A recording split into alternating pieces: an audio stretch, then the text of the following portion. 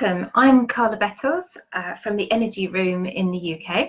I've been working with the Hunter for 3 years and I offer therapy and training.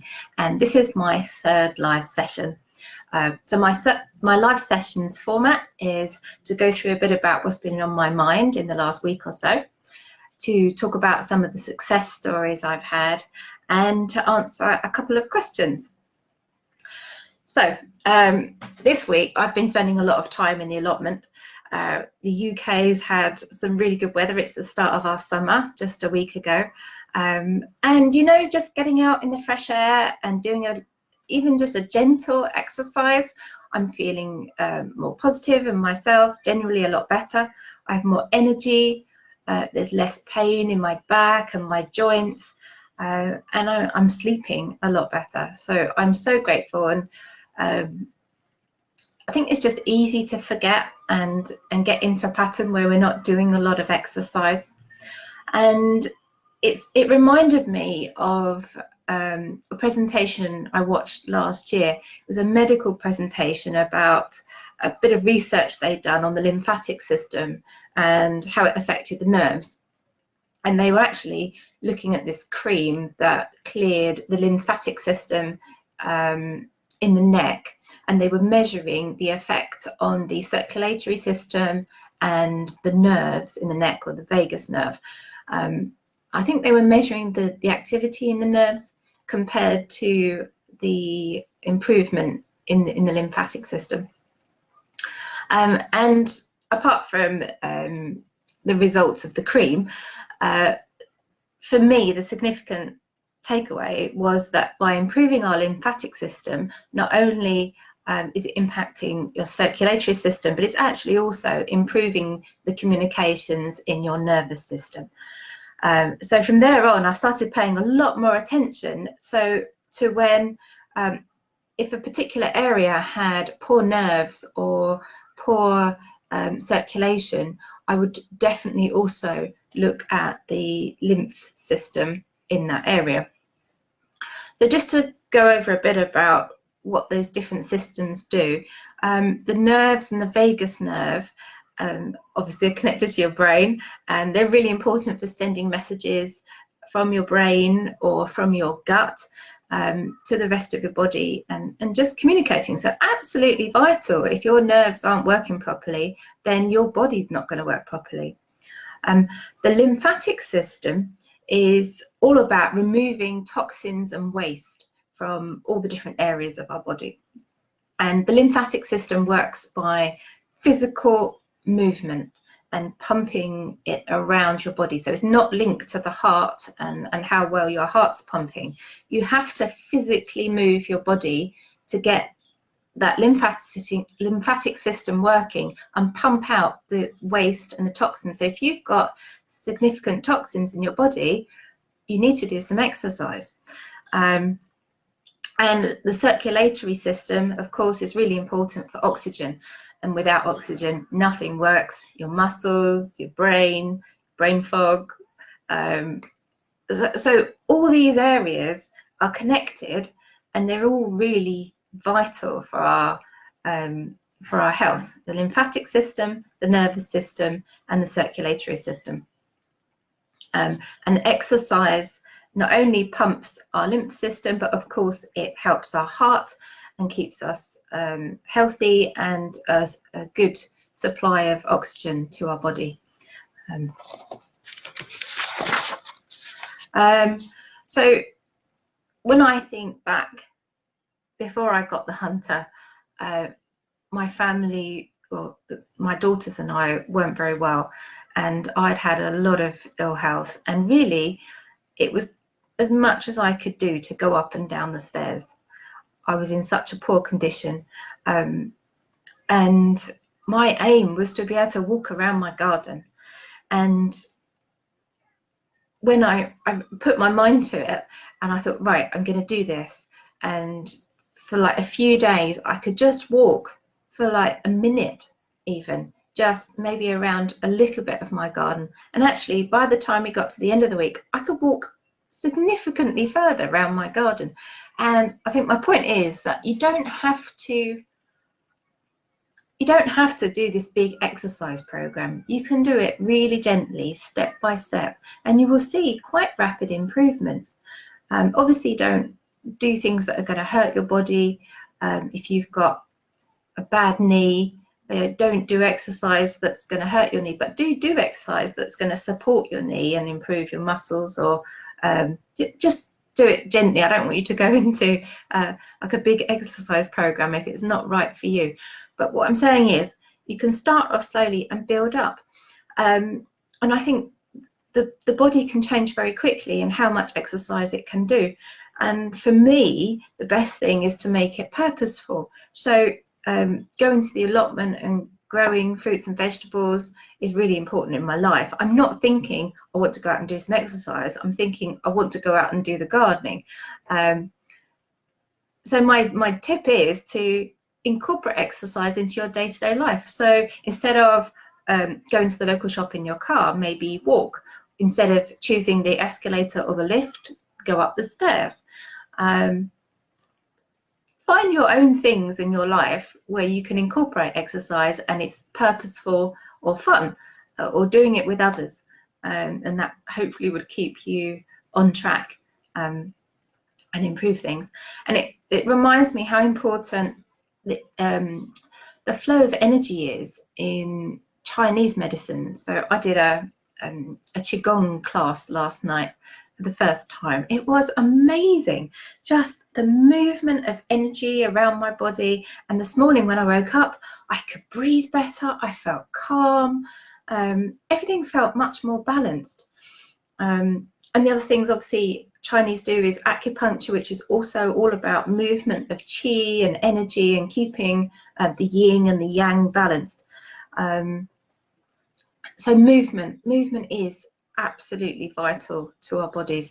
And the other thing that I found useful, and particularly useful for my children, is the little trampolines, the trampettes, not big jumping, but even just bouncing gently up and down on a trampoline, not even leaving your feet leaving the trampoline, but just a gentle bounce. That is enough to pump your lymphatic system. Did you know astronauts use trampettes or trampolining to train when they come back from space, because it is just so good for the body. So I'm taking advantage of the weather right now, and I hope you are. I don't know where you're living, but make use of the weather when it's good. Okay, good. Success stories. Today I want to talk about eyes. I have a lot of success with eyes. Most recently, I've been helping this lady. She came to me actually about something else, but I noticed that she had here a very large lump on her eye, and she said, "Oh yes, I'm waiting for an operation." I was like, "Really?" And it was it's a cyst that she'd had, and she's had it for a very long time. I think like a year or something, and the doctors had given her heat patches and creams, and she had to rub it, but it just wasn't shifting it. And I treated her on the Hunter, and I gave her some drops, which she's been taking for a couple of weeks. And when I saw her the other day, she said it's almost entirely gone. And she said she does completely think that it's been the Hunter treatment and the drops, because she's been trying everything else for so long, and it has just gone within 1 or 2 weeks. And she said soon it will be just completely gone. I had something similar with a little girl. I think she was 2 or 3. This was a couple of years ago. She also was on track for an operation for a cyst in her eye, and I treated her. I didn't think very much of it at the time, but when I spoke to her mother, I guess I saw her maybe 6 months later, and I said, "Oh, how's the eye?" And she said, "Oh, it's gone." It hadn't even occurred to her either, but she said, "Oh yes, it's gone." So cysts in eyes, definitely the Hunter can do something about that. What else? Eye infections. I have lots of success with those. And even if you haven't necessarily got like a full-on eye infection, just if your eye feels a bit irritable, sometimes I go in and it's maybe herpes simplex or something, get rid of that, give it some healing, and it feels so much better. And if someone's got headaches, I nearly always, well, I do always look at the eyes and relieve the tension around the eyes. Perhaps it might not be eye strain causing the headaches, but it often helps. And talking about eye strain, the ciliary muscle, which is the line that goes around the iris in that cross section of the eye. If you really focus on that muscle, that will relieve eye strain. I did also, in fact, before I even bought a Hunter, I watched a video of someone. They said that they had worked on their eye regularly, and they'd actually gone from wearing quite strong glasses to not needing glasses at all. How amazing is that? So really good. Right, so questions. Right, I answer a lot of questions about where to find stuff, and I want to encourage you to spend some time, not even when you're treating someone necessarily, but spend some time just going into specific diagrams and looking to see what is each point, and maybe using the description button, you know, where you can press, I can't remember what it's called, I think it's called description of structure, and it comes up with the green crosses on diagrams. You know, hover over those green crosses and see all the areas. If you're interested in a particular area of the body or organ, spend time looking at each little dot and what it goes into, and do your research. So I spend a lot of time when I first work with someone who has a particular injury or a condition. I spend a lot of time looking at diagrams of body anatomy and working out all the specific bits and how it relates to that condition, and then looking on the Hunter diagrams and seeing exactly where it is. I might not be able to find it. 9 times out of 10 I can find something that's labelled, but sometimes it might mean just putting extra nidus points and just focusing in on it, on where I think it is. So that's really useful. The other thing that is sometimes difficult to find are things in the arms and legs, and I use the cross section. So for example, in the legs you'd have the right or left crus or crus, I don't know how to pronounce it, and the cross section of the femur, and then you've got the forearms and the cross section of the upper arm. And when you look in those cross sections, really look, it's only very tiny points, but they mean a lot. So so hover over and you'll see the nerves, you'll see the arteries, and the tendons or the ligaments, and the muscles. But they're very small points, so do spend time looking at all these individual little points. And generally in the body, if you can't find the nerves, look in the muscle. If you look in the muscle diagram, you know, it looks like tubes. In the middle, there are, I think, 2 points. One, you've got the arteries and the veins, and another point is the nerves. So put extra nidus points on those points, if that's what you need to do. Good. So, oh, the other thing I wanted to talk about was the CSS value. So, for those of you who don't know, when you go into the test standards after you've evaluated an area, and the CS value is the number against the item on the list. So what the CSS value is telling you is the correlation between what it's seeing in your body and what is in the database. And it will have different meanings depending on what list you're looking at. So for example, if you're looking on organo preparations, when the CSS value is very low, i.e. looking at the top of the list, if there is a good correlation between the energy in the database, so the ideal energy, and your body, that's good. So you want those CSS values to be low in the organo preparations. When you go to the end of the list of the organo preparations and it's a large value, that means that there is a lot of disparity between the database and your body, and you need to do some work to improve that particular item in the list. When you're looking at pathogens, it's comparing the energy pattern of the parasite, bacteria, virus against what it's seeing in your body. So if the CS value is very low, it's showing you that it's more confident that that is what's in your body, and that's what it's recognizing. So the ones that you're targeting are the ones at the top of the list. When you look at what else? Can't think what else is in that list. I guess also, I don't look at the pathology personally, but if you were looking at the pathology list, again, it's just a database comparison. So it's comparing a condition against what it's seeing in your body. So the other thing I want to talk to you about is, that was the lighter therapy and the phytotherapy. So when you look at those, it's comparing how